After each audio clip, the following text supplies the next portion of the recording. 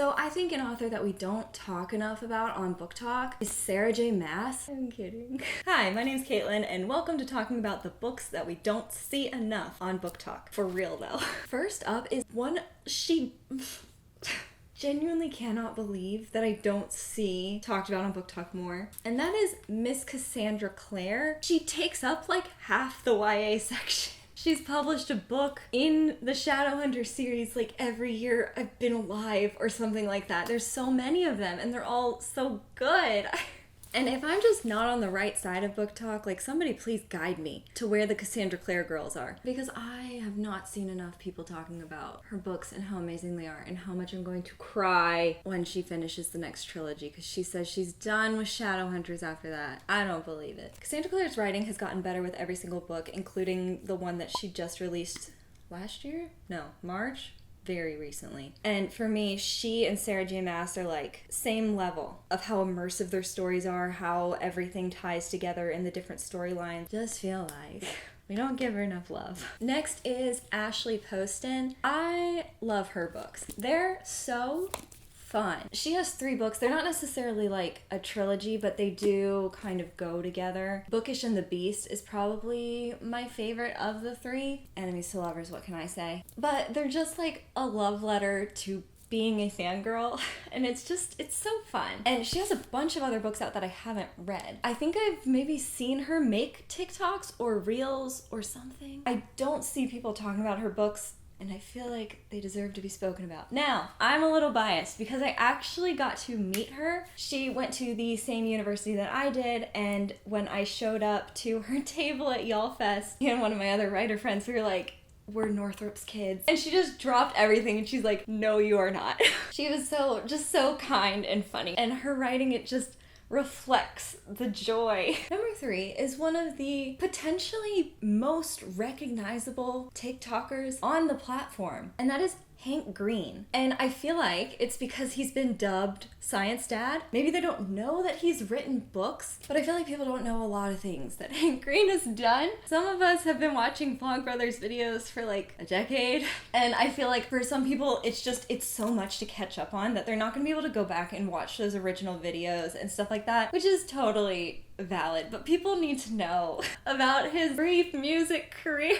The Awesome Socks Club, he's the guy who made VidCon, like he's done so much. And then he also wrote 2 novels like just for fun. It baffles me. And I know right now he's kind of taking a break from everything because he's got some pretty serious health stuff going on, but I'm excited for when he gets better and he can get back to doing those fun projects and writing books because I just love him. And I feel like his books haven't made it to BookTok, and that makes me sad. I want to read you a tiny snippet of the back of the book because I don't think the cover necessarily tells you what's going on. In New York City at 3 a.m., April May stumbles across a giant sculpture, like a 10-foot-tall transformer wearing a suit of samurai armor. Together with her best friend Andy, she names it Carl and films a quick video for YouTube. The next day, she wakes up as a viral sensation. She goes on this crazy adventure to like figure out what Carl is, where Carl came from, why other Carls start popping up around the world. It's so good. Next up, another popular author that nobody talks about is Veronica Roth. She is the lady who wrote the Divergent trilogy and ripped all of our souls into pieces. And I feel like